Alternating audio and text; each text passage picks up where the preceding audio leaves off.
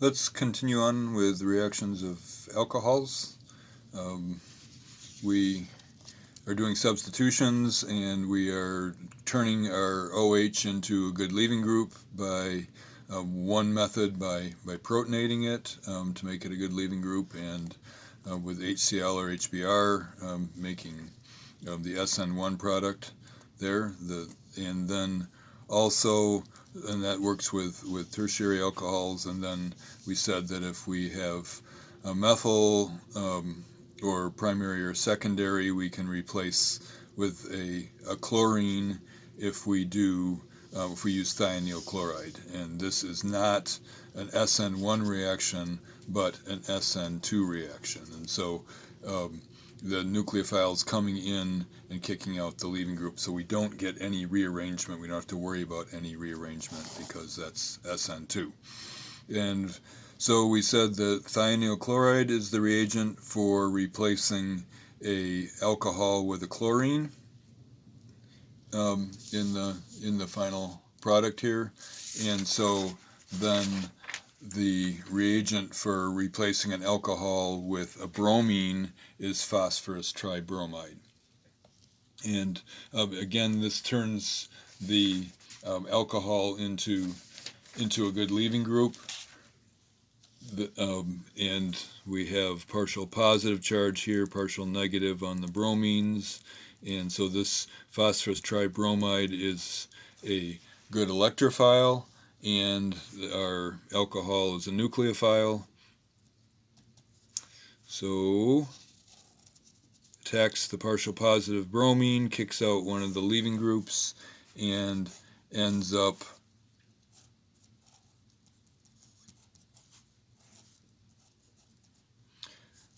with the oxygen having a positive charge here. So we have two bromines left on it. And so this is a good leaving group because there is a positive charge on the oxygen, and it can stabilize the pair of electrons that gets dumped on it. It will neutralize it. And so we've kicked out a bromide here, so we have a really good nucleophile bromide here that can, in an SN2 reaction, come in and kick out the leaving group. And so I have shown stereochemistry here because just like the last reaction, remember, if it's SN2, we get a specific configuration in the product if we have a specific configuration to begin with. And so if the OH is coming out of the page, then it's getting replaced by a bromine that would be going into the page because we have inversion of configuration in an SN2 reaction. And so that's then the final product, and the leaving group that's kicked out is this neutral molecule that obviously is a good leaving group if it's neutral. So these are substitution reactions, and again, just like adding thionyl chloride, phosphorus tribromide works if the alcohol is, you can make the product from methyl alcohol or a primary or a secondary. And since it's SN2, the tertiary is too crowded and it doesn't happen. Okay, so ways to convert alcohols with different branching into chlorides and bromides. Then another thing we can do is an elimination reaction on an alcohol, and this is a way of making alkene, and it's an elimination reaction that you have already learned, and this is a E1 elimination, and this is a way of making alkene. So we add sulfuric acid to it, which is obviously a strong acid, and protonates the alcohol and makes it a good leaving group. So you're seeing what's happening over and over again is that the alcohol is turned into a good leaving group and then it leaves. And so this is an E1 reaction, and so the leaving group is leaving forming a tertiary carbocation.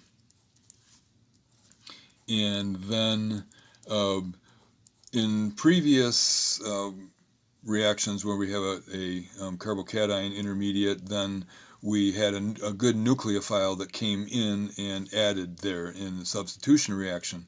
But there is no good nucleophile. The conjugate base of sulfuric acid is bisulfite, which has a negative charge on it, but the negative charge is spread out over several oxygens there, and it's a poor nucleophile. So when you create a carbocation and you can't complete an SN1 reaction, one of the things you can do is an E1 reaction, elimination, and so losing H plus back off into solution, or losing it off into solution, then you end up getting the alkene product, and so this is a E1. So you get the E1 there if you have a secondary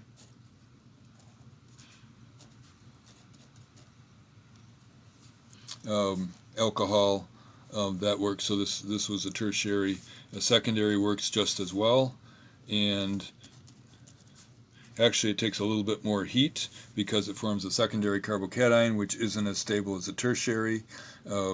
Sulfuric acid is used with for a secondary. You need for this tertiary, you can do it at room temperature, 25 degrees C, and you can use dilute H2SO4.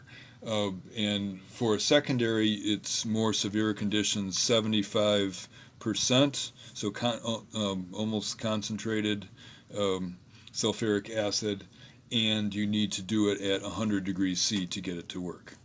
Okay, so much more severe conditions, and boiling point of water and nearly concentrated sulfuric acid causes other undesirable side reactions.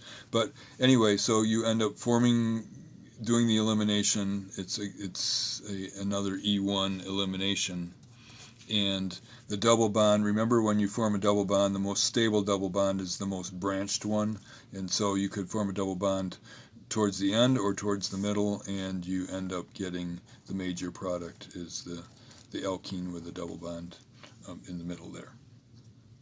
And so this works for tertiary alcohols, it works for secondary alcohols, and the conditions are too severe for primaries generally to be useful. And then there's one more way to do elimination on secondary alcohols, and that is by a E2 elimination under much less severe conditions. And this is a standard E2 elimination, and we are turning this OH into a good leaving group, as we have in every example that we've been looking at, and but we're using a different reagent, and that is phosphorus oxychloride. So we have, this looks like a little bit like phosphorus tribromide, but we have this expanded octet on phosphorus oxychloride. And so with the oxygen acts as a nucleophile, adds and kicks out a chlorine, forming an intermediate here where there is a proton on there. It's actually a positive charge there. And the other reagent that is used in phosphorus oxychloride elimination is pyridine, and you saw that earlier where pyridine is acting as a base. And so in the next step, pyridine is deprotonating